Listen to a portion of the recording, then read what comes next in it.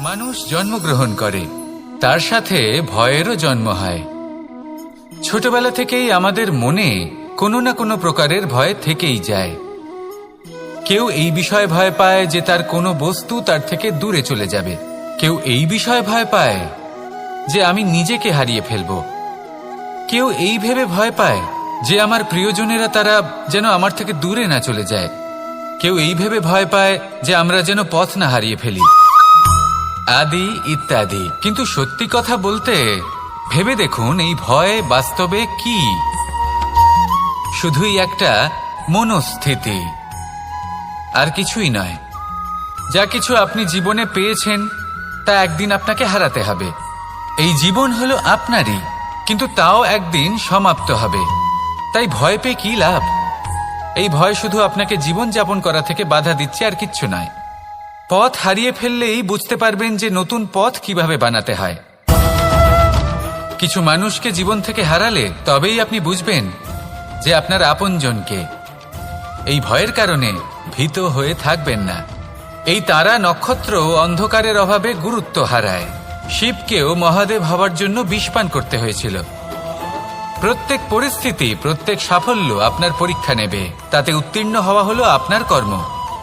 যখনই আপনি ভয় পাবেন বা সংকটের সম্মুখীন হবেন, তখন সাহসের সাথে তার সম্মুখীন হন। মনে রাখবেন, যে সম্মুখীন হতে জানে সাফল্য তার সাথে সবসময় থাকে। আসুন আর আমার সাথে ভালোবেসে বলুন, রাধা রাধা। সাফল্যের বাস্তব অর্থ কি? নিজের লক্ষ্যে দৃষ্টিবদ্ধ হয়ে থাকা, প্রতিদিন তার জন্য কর্ম করা, দৃঢ় নিষ্ঠার সাথে উত্থান পতনে সামনে এগোতে থাকা, আর নিজের লক্ষ্য প্রাপ্ত করা, এটাই কি সাফল্য? যদি আপনার কোনো বস্তু লাভ করতে হয়, কোনো শক্তি লাভ করতে হয় বা কোনো স্থান লাভ করতে হয়, তাহলে তার জন্য এসব ঠিক আছে, কিন্তু বাস্তবে সাফল্য এটা নয়। আপনার কাছে থাকা কোনো বস্তু, শক্তি বা স্থান আপনি কিভাবে ব্যবহার করবেন তা আপনার উপর নির্ভরশীল। যদি তার সঠিক ব্যবহার আপনাকে করতে হয়, তাহলে উচিত সময় এবং উচিত স্থানে আপনাকে থাকতেই হবে। একে নিয়তিও বলা হয়। এবার ধরুন, এমন কোনো গ্রন্থ আছে যা জ্ঞানের দ্বারা ভরপুর, এমন জ্ঞান যার দ্বারা জীবন বদলে দেওয়া সম্ভব। এবার এই গ্রন্থ যদি এমন কোনো ব্যক্তির হাতে পৌঁছয় যিনি নিরক্ষর, তিনি কি এই গ্রন্থের সদ্ব্যবহার করতে পারবেন? কখনোই নয়। সেই জ্ঞান দিয়ে নিজের আচরণ পাল্টাতে পারবেন? কখনোই নয়। সেরকমই ধরুন, কোনো ব্যক্তি যার কাছে একটা অস্ত্র আছে, যার দ্বারা উনি শত্রুকে শেষ করে দিতে পারেন, কিন্তু সেই ব্যক্তি হলেন একজন কাপুরুষ। তিনি কি শত্রুকে শেষ করতে পারবেন? তিনি কি জয়লাভ করতে পারবেন? কখনোই নয়। আপনার কাছে কি আছে তার থেকেও বেশি গুরুত্বপূর্ণ আপনি তা দিয়ে কি করবেন। উচিত ব্যক্তির সাথে উচিত সময় উচিত স্থানে থাকা বেশি গুরুত্বপূর্ণ। নিজের গুণের সাথে, নিজের শক্তির সাথে, নিজের জ্ঞানের সাথে উচিত সময় উচিত স্থানে অন্যের যন্ত্রণাকে দূর করা, অন্যের জীবনকে আরো সুন্দর করে তোলা, এটাই হলো সাফল্য। তাহলে সাফল্যের বাস্তব অর্থ বুঝুন, অর্থাৎ নিজেকে আরো প্রসন্ন রাখুন, আর আমার সাথে ভালোবেসে বলুন, রাধা রাধা। বুদ্ধি আর বিবেকের পার্থক্য কোথায় তা নিয়ে এই সংসার অনেক কিছুই ভাবে।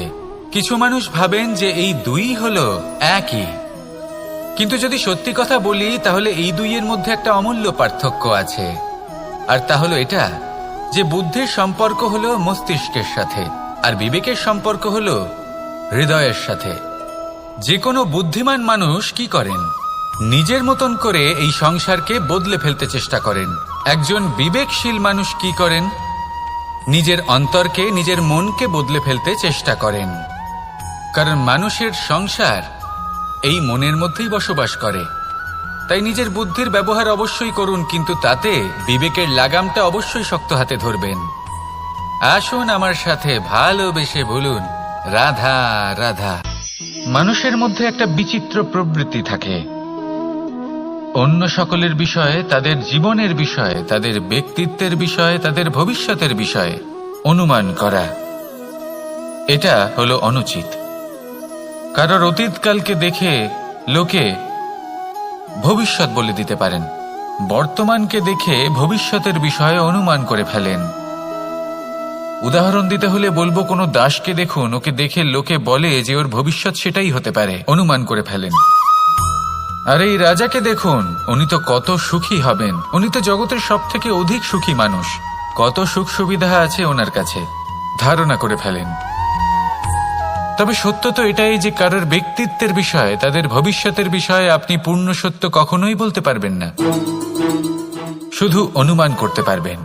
আর এই অনুমান করে সত্যি কোনো লাভ হয় না, কারণ এই কাল সেটা হলো অত্যন্ত শক্তিশালী। কালো থেকে কালোতর কয়লাকেও হিরেতে পরিণত করতে পারে, অনেক বড় বড় রাজাকেও বিদূষক বানিয়ে ফেলতে পারে এক মুহূর্তেই। তাহলে আপনি অনুমান করে কি লাভ?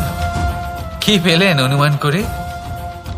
সেই জন্য কারোর বিষয়ে কোনো অনুমান করবেন না, তার ভবিষ্যতের বিষয়ে অনুমান করতে যাবেন না, কারোর বিষয়ে কোনো ধারণা করে নেবেন না। কিছু করতে হলে ভালোবাসুন, সবার মধ্যে ভালোবাসা ছড়ান, সবার মধ্যে ধন্যাত্মক ভাব ছড়ান। এই মন প্রসন্ন হয়ে বলবে রাধা রাধা। কথায় আছে সংসারে নাকি সকল রোগের ওষুধ আছে। যদি আপনি নিজের শরীরকে ভালোবাসেন তাহলে ব্যায়াম করুন, যদি নিজের নিঃশ্বাস প্রশ্বাসকে ভালোবাসেন তাহলে প্রাণায়াম করুন, যদি আপনি নিজের আত্মাকে ভালোবাসেন তাহলে ধ্যান করুন, কিন্তু যদি আপনি নিজের জীবনকে, পরমাত্মাকে ভালোবাসেন তাহলে সকলকে ভালোবাসতে থাকুন। এই ভালোবাসা অত্যন্ত গুরুত্বপূর্ণ এবং আবশ্যক। ভালোবাসার থেকে ভালো না কোনো ওষুধ আছে, না আছে কোনো আসন, এর থেকে ভালো না কোনো ব্যায়াম আছে আর না কোনো প্রাণায়াম। এই ভালোবাসা বড় বড় সমস্যারও সমাধান করতে পারে, ভালোবাসা বড় বড় বিপদকে আপনার থেকে দূর করতে পারে। এই ভালোবাসাই আপনাকে জীবনে বাঁচতে শেখায়, কারণ ভালোবাসাই হলো জীবনের আসল সত্য। তাহলে আসুন আর আমার সাথে ভালোবেসে বলুন রাধা রাধা। জীবনে সাফল্য লাভ করতে হলে মানুষকে উচিত পথে চলতে হবে, কিন্তু তার থেকেও বেশি গুরুত্বপূর্ণ হলো এটা বোঝা যে সেই পথে চলতে চলতে কখন আমাদের দাঁড়াতে হবে আর কখন আমাদের চলতে হবে। এই শিক্ষা অত্যন্ত গুরুত্বপূর্ণ। এবার দেখুন, ছোট্ট একটা কথা রয়েছে, ওকে আটকিও না, যেতে দাও। এই বাক্যের অর্থ কি? অর্থ যে কাউকে আটকিও না, যে এগোতে চাইছে তাকে এগোতে দাও, তার পথে বাধা সৃষ্টি করো না।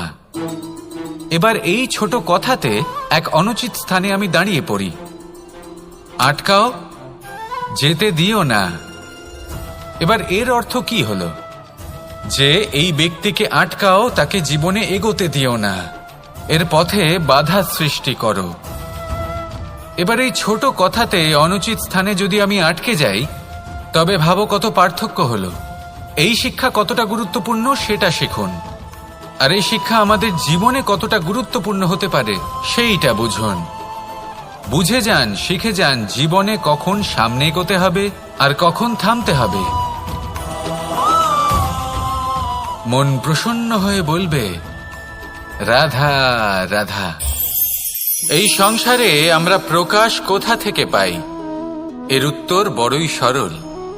ভোরে যখন সূর্যোদয় হয় তখন প্রকাশের কিরণ আমাদের ঘরে এসে পৌঁছয়, এইভাবেই আমরা প্রকাশ লাভ করি। এবার এই প্রকাশের আলোতেই আমরা সারাদিনের কাজ সম্পন্ন করি। সন্ধে হয়ে যায়, সূর্যাস্তও হয়ে যায়, আর আমাদের ঘর যাতে অন্ধকার না হয় তার জন্য আমরা একটা প্রদীপ প্রজ্বলিত করি। এটাই ঘটে আমাদের জীবনেও। এবার প্রবাহমান আয়ুর সাথে আমরা আমাদের অন্তরে যদি একটা প্রদীপ প্রজ্বলিত করে নিই, তাহলে বিষয়টাই অন্যরকম হবে। এবার আপনি বলবেন, কোন প্রকাশের কথা বলছি যে আমাদের অন্তরে জাগ্রত করা সম্ভব? আমাদের আত্মার মাঝে প্রেমের প্রকাশ জাগ্রত করার কথা বলছি, কারণ আমাদের এই জীবন এও হলো দিনের আলোর মতো। আজ প্রকাশ আছে, কিন্তু কোনোদিন অবশ্যই অস্ত হবে। কিন্তু অস্ত হবার আগে যদি আমরা আমাদের আত্মার মাঝে প্রেমের এই প্রকাশ উজ্জ্বলিত করে নিই, তাহলে আমাদের সন্ধ্যাকালও আমরা আনন্দে এবং প্রেমে যাপন করব। তাহলে আসুন আর আমার সাথে ভালোবেসে বলুন রাধা রাধা। এই সংসারে এমন কিছু মানুষ আছেন যাদেরকে আপনার ভালো লাগে, তারা আপনার প্রিয়। আমরা চাই ওনারা আমাদের কাছে থাকুন, আমরা ওনাদের কাছে থাকি। এবার সেই ক্ষেত্রে আমরা তাদের ভালো ভালো উপহার দেওয়ার চেষ্টা করি, কারণ ওনারা হলেন আমাদের প্রিয়। আর তার বদলে আমরা আশা করে থাকি যে ওনারা আমাদের একটু সম্মান করবেন। এবার এই মানুষজন যারা আমাদের প্রিয়, এদের আমরা একটা উপহার দিই। সোনা দিয়ে থাকি, আভূষণ দিয়ে থাকি, হিরে মুক্তো দিয়ে থাকি। কিন্তু যদি ভেবে দেখি, এই সবকিছুরই একটা মূল্য আছে।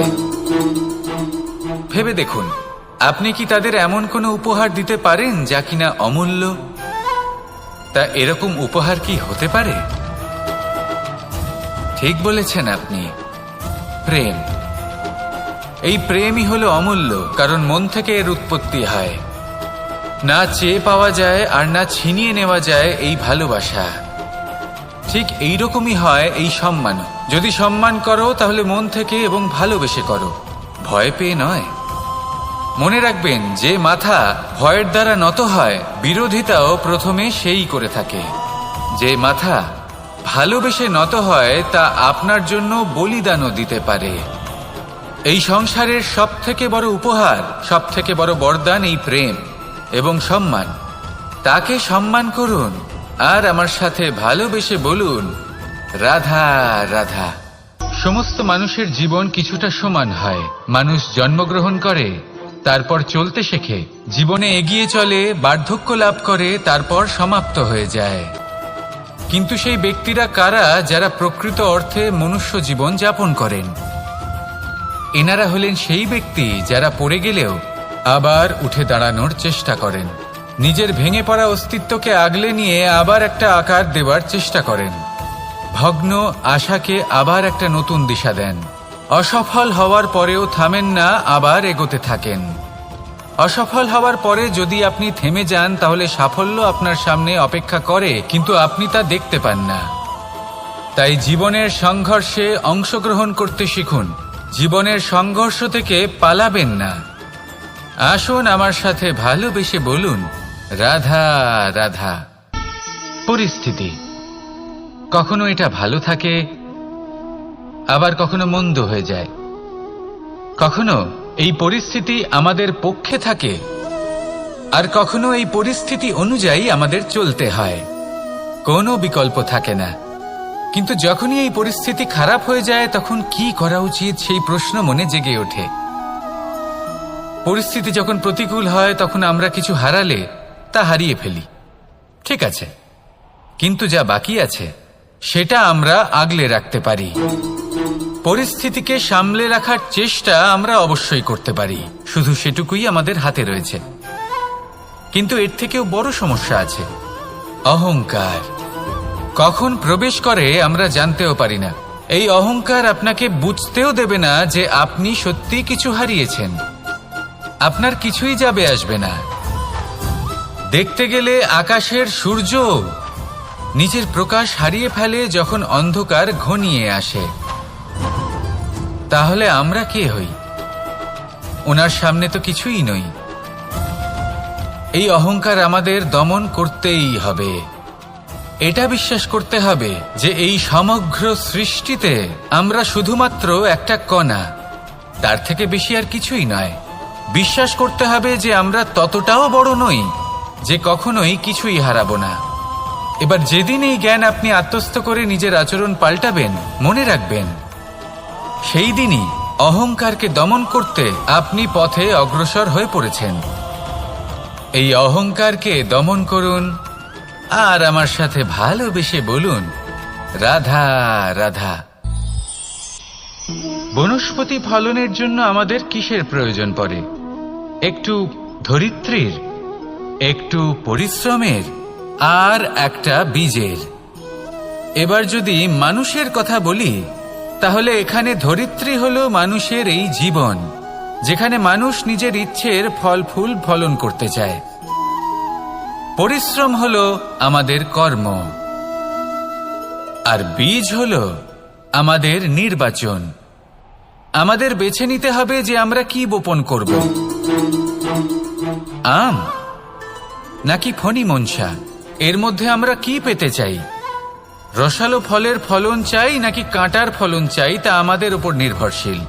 কিন্তু একটা কথা ঠিক, লক্ষ্য যেমনই হোক না কেন, জীবন যেমনই হোক না কেন, যদি আপনি লক্ষ্যের দিকে এগোতে থাকেন তাহলে কর্মের সাথে খামখেয়ালি আচরণ করতে পারবেন না। যদি আপনি এমন করেন তাহলে এটা আপনাকে একটা অনুচিত লক্ষ্যে পৌঁছে দেবে, সেটা কিন্তু নিশ্চিত।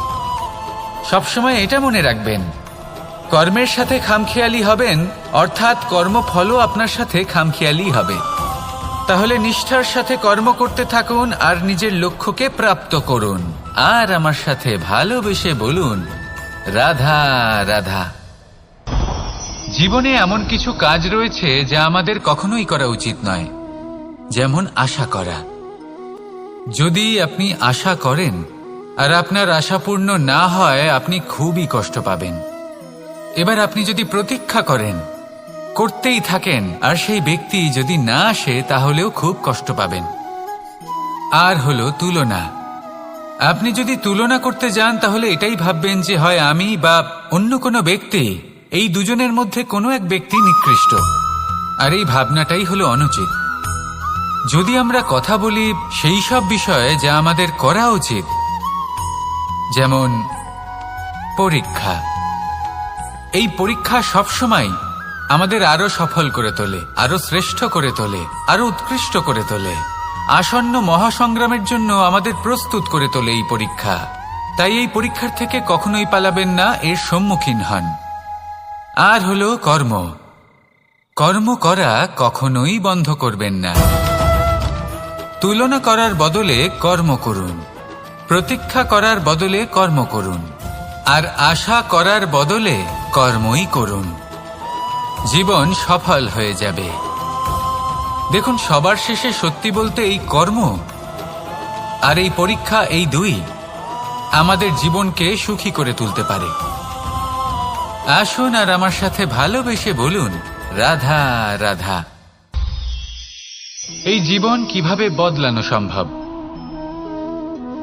কিছু মানুষ বলেন যে নিরন্তর কাজ করলে, পুরুষার্থ পালন করলে এই জীবন বদলে ফেলা সম্ভব। আজ আমি আপনাকে বোঝাবো যে এক মুহূর্ত, সময় আর সিদ্ধান্ত কতটা গুরুত্বপূর্ণ হয়। এক মুহূর্তই যথেষ্ট। একটা মুহূর্ত এত শক্তিশালী হতে পারে যে তা আপনার সমগ্র জীবন পাল্টে দিতে পারে। এমন এক সময় ছিল শ্রীরামের কাছে, যখন ওনাকে সিদ্ধান্ত নিতে হয় যে উনি নিজের পিতার আদেশ পালন করতে বনবাসে যাবেন নাকি যাবেন না। উনি সেই আদেশ পালন করেছিলেন। তারপর সময় অনুসারে উপযুক্ত সিদ্ধান্ত নিলেন। আর আজ সকলের মনে বসবাস করেন শ্রীরাম। আর অন্যদিকে আছে রাবণ। ওনার কাছে একটা সময় ছিল, একটা সুযোগ ছিল নিজের প্রারব্ধকে শুভ করে তোলার। উনি ভুল করলেন আর মৃত্যু লাভ করলেন। নির্বাচন সবসময় আপনার হাতে, শুধু আপনাকে সময়কে বুঝতে হবে, সেই মুহূর্তকে বুঝতে হবে আর উচিত সিদ্ধান্ত নিতে হবে, ব্যাস। বুঝতে শিখুন এই সময়ের দাবি কি, বুঝতে শিখুন এই সময়ের ইচ্ছে কি, আর উচিত সিদ্ধান্ত নিন। আর আমার সাথে ভালোবেসে বলুন, রাধা রাধা। মানুষের শরীর থেকে যা কিছু নির্গত হয় সবই পচনশীল, তা থেকে দুর্গন্ধ বেরোয়, একটা ঘৃণাবোধ জন্ম নেয়। আমাদের রক্ত হোক, অবশিষ্ট হোক, ঘাম হোক, নিঃশ্বাস হোক, আবার এমনকি যখন আমরা মনুষ্য শরীর ত্যাগ করি তারপরেও এই শরীরেও পচন ধরে, তার থেকে দুর্গন্ধ বেরোয়। কিন্তু বিষয়টা হলো এটা আমাদের হাতেই নেই। তাহলে আমাদের হাতে কি রয়েছে? আমাদের কর্ম, আমাদের উদ্দেশ্য আর আমাদের বাণী। যদি এইগুলো শুভ রাখেন তাহলে শুধু নিজে সুগন্ধিত থাকবেন না, এই সমগ্র সংসারকে সুগন্ধিত করে তুলবেন। কথায় আছে যে বাণীর থেকে অধিক মূল্যবান আর কিছুই নেই। সেই জন্য যে কোনো কথা বলার আগে নিজের শব্দকে নিজের মনের তুলাদণ্ডে মেপে দেখুন, তারপরে তার প্রয়োগ করুন। কখনো কখনো এমনও হতে পারে যে আপনার কথা কারোর জীবনে আশীর্বাদ হয়ে দাঁড়ালো, যার দ্বারা হয়তো সে শক্তি এবং প্রসন্নতা লাভ করলো। আবার এমনও হতে পারে যে আপনার কথা হয়তো কারোর মনে এমন আঘাত দিল, সে সেই আঘাত কোনোদিনও ভুলতে পারল না। আসুন আমার সাথে ভালোবেসে বলুন, রাধা রাধা। ইচ্ছে এবং চেষ্টা এই দুই মানুষের মধ্যে আছে, কিন্তু এই দুইয়ের মধ্যে সামঞ্জস্য থাকা খুব প্রয়োজন। আপনার যা ইচ্ছে সেটা পূর্ণ করার জন্য চেষ্টার প্রয়োজন তো অবশ্যই। আপনি যে স্বপ্ন দেখেন সেটা পূর্ণ করার জন্য নিদ্রা ত্যাগ করে চেষ্টা করা অত্যন্ত প্রয়োজনীয়, নয়তো এই স্বপ্ন কখনোই পূর্ণ হবে না। যদি আপনি কোনো প্রশ্নের উত্তর চান তাহলেও আপনাকে চেষ্টা করতেই হবে। জীবনে যদি সামনে এগোতে হয় তাহলে পাকে কষ্ট দিয়ে সামনে এগোতে হবে, চেষ্টা অবশ্যই করতে হবে। যদি আপনি চেষ্টা না করেন, পরিশ্রম না করেন, তাহলে এই সংসার আপনাকে পেছনে ফেলে সামনে এগিয়ে যাবে। নিজের ইচ্ছেগুলিকে মন থেকে বাস্তবে আনুন আর চেষ্টার দ্বারা তাকে সার্থক করুন। এই মন প্রসন্ন হয়ে বলবে, রাধা রাধা।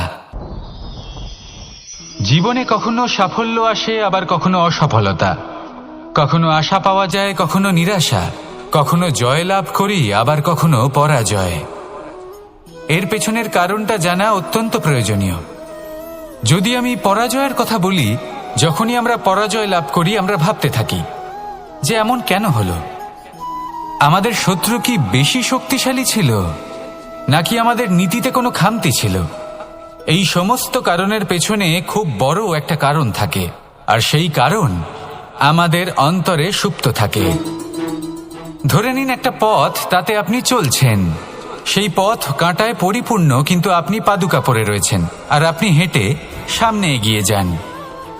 এবার এমন একটা পথ এলো যা পুষ্পে ঢাকা, আর আপনি পাদুকা পরে রয়েছেন, কিন্তু আপনার পাদুকাতে একটা পাথর আটকে গেল। তখন দু পা হাঁটাও খুব কঠিন হয়ে পড়ে।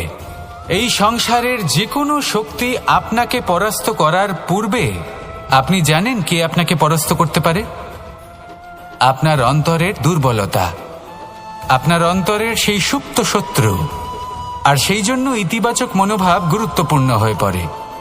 ভালো মানুষদের সাথে থাকুন, সৎসঙ্গে থাকুন, বন্ধুত্ব করুন, ভালোবাসুন। এই ভালোবাসা এত শক্তিশালী এক অস্ত্র যাকে ব্রহ্মাস্ত্র পরাস্ত করতে পারে না। এই সমস্যারূপী পাথর কিছুই নয়। আসুন আমার সাথে ভালোবেসে বলুন, রাধা রাধা। এই জীবন আসলে কি? আমরা কারা? আমাদের অস্তিত্ব আসলে কি? পঞ্চতত্ত্ব দ্বারা নির্মিত আমাদের এই শরীর, আর এর মধ্যে পরমাত্মার একটি অংশ আত্মারূপে বসবাস করে। আর যখন এই জীবন সমাপ্ত হবে তখন আমাদের আবার এই পঞ্চতত্ত্বের মধ্যে বিলীন হয়ে যেতে হবে। এটাই সত্য। এবার অনেক মানুষ আছেন এমন অনেক চেষ্টা করতে থাকেন এমন কর্ম করার যাতে এই সংসার তাদের চিরস্মরণীয় করে রাখবে। কিন্তু এই জীবন আসলে কি? সেই সময় যখন আমরা নিঃশ্বাস নিই, আমাদের হৃৎস্পন্দন হয়, আমরা যে মুহূর্তগুলো যাপন করি, এবার এই মুহূর্তগুলিতে আমরা কি করব সেটা অত্যন্ত গুরুত্বপূর্ণ। আমরা কি অহংকার করব নাকি পরোপকার করব? এই সৃষ্টিকে বেঁধে রাখার চেষ্টা করব নাকি নিজেকে উন্নত করে তোলার চেষ্টা করব? এটাই শিক্ষা যে বল হোক বা কায়া, এর প্রতি আমাদের না অহংকার করা উচিত আর না মোহ। শুধু প্রত্যেকটা মুহূর্ত প্রেমময় হয়ে বাঁচুন আর ভালোবেসে বলুন, রাধা রাধা। এই সংসারের সব থেকে বড় শক্তি আসলে কি? দৈহিক শক্তি, ভৌতিক শক্তি, রাজনৈতিক শক্তি, স্বর্ণের শক্তি, বিদ্যার শক্তি নাকি মায়ার শক্তি, ভক্তির শক্তি নাকি নিরাশক্তির শক্তি? এই সংসারের সব থেকে বড় শক্তি হল হাসি মুখের। যদি আপনি এবং আমি এমন কোনো সময় হাসতে পারি যেখানে মুখে হাসি আসা প্রায় অসম্ভব, তাহলে বিশ্বাস করুন এই সংসারে কেউ আপনাকে ভাঙতে পারবে না। এটা কিছুটা সেই রেশমের কীটের মতো, যে চারিদিক থেকে নিজেকে ঢেকে রাখে একটা খোলসের মধ্যে থাকে কিন্তু জীবিত থাকে। এই হাসি মুখ এটা শুধুমাত্র একটা আবেগ নয়, এটা সংসারের যে কোনো অভাব দূর করে। অভাব আশার, অভাব বিশ্বাসের। এই হাসি আপনার অন্তরে আশার আলো জাগ্রত করে আর এই সংসারের হতাশা দূর করে দেয়। তাই কঠিন থেকে কঠিনতর পরিস্থিতিতেও মুখে হাসি বজায় রাখুন। এই শক্তি আপনার থেকে কেউ কাটতে পারবে না। আর যদি আপনার কাছে এই শক্তি থাকে তাহলে অন্য কোনো শক্তি আপনাকে বাধা দিতে পারবে না। তাহলে হাসুন আর আমার সাথে ভালোবেসে বলুন, রাধা রাধা। যজ্ঞের আগুনকে শুভ বলে মনে করা হয়, আর সেখানেই চিতার আগুনকে অশুভ মনে করা হয়। এমনটা কেন হয়? এখানে বিষয়টা হলো লক্ষ্য, বিচার এবং সঙ্গের। যখন আমরা যজ্ঞ করি তখন আমাদের লক্ষ্য কি হয়? পরিবেশকে আরো পবিত্র করে তোলা, ইতিবাচক করে তোলা। আমাদের লক্ষ্য শুভ হয়। তারপরে আসে বিচার। এই পরিস্থিতিতে সেই বিচার হলো অগ্নি। স্ফুলিঙ্গ থেকে তীব্র আকার ধারণ করে সমস্ত কাঠকে পুড়িয়ে দেয় এবং সুগন্ধ ছড়িয়ে দেয়। অর্থাৎ যদি আপনার লক্ষ্য শুভ হয় তাহলে তার নিজেই শুভ বিচারধারাকে আমন্ত্রণ জানায়। এই শুভ বিচার তখনই আসবে যখন আপনার সংকল্প শুভ হবে। অন্যদিকে হলো চিতার আগুন। এর লক্ষ্য কি? একটা দেহকে পরধামে পৌঁছে দেওয়া। সবার শেষে সবকিছু আপনার উপরে নির্ভরশীল যে আপনি কোনটা চয়ন করতে চান। আপনার লক্ষ্য যদি শুভ হয় তাহলে আপনার বিচার এবং সঙ্গতি আর তার পরিণাম সবই শুভ হবে। আসুন আর আমার সাথে ভালোবেসে বলুন, রাধা রাধা। এই সংসারের প্রত্যেক বস্তুর, প্রত্যেক পরিস্থিতির, প্রত্যেক আবেগের দুটি দিক আছে। এর মধ্যে পার্থক্য করা সম্ভব শুধুমাত্র দৃষ্টিভঙ্গির দ্বারা। যদি কোনো ব্যক্তি পর্বত শিখরে দাঁড়িয়ে থাকেন তাহলে উনি এটাই দেখতে পাবেন যে এই জলের ধারা সমুদ্রের দিকে বয়ে চলেছে। আরেক ব্যক্তি যিনি সমুদ্রের কাছে দাঁড়িয়ে আছেন তার এটাই মনে হবে যে এই জলের ধারা সমুদ্রের দিকে আসছে। এখানে বিষয়টা হলো দৃষ্টিভঙ্গির, আর এটাই সময়ের সাথেও হয়ে থাকে। অনেক সময় মানুষ চিন্তিত হয়ে পড়েন, ত্রস্ত হয়ে পড়েন যে তার কাছে হয়তো খুব কম সময় আছে, তাতে তিনি অনেক কিছুই করতে পারবেন না, আর একটু সময় থাকলে খুব ভালো হতো। তিনি এভাবেও ভাবতে পারেন যে অল্প হলেও সময় বাকি তো রয়েছে, অর্থাৎ যা অবশিষ্ট আছে তাকে সংরক্ষণও করা সম্ভব, তাতে জীবন যাপনও করা সম্ভব। আর এটা নির্ভর করছে আপনার উপর। তাই দৃষ্টিভঙ্গি ইতিবাচক রাখুন আর আমার সাথে ভালোবেসে বলুন, রাধা রাধা।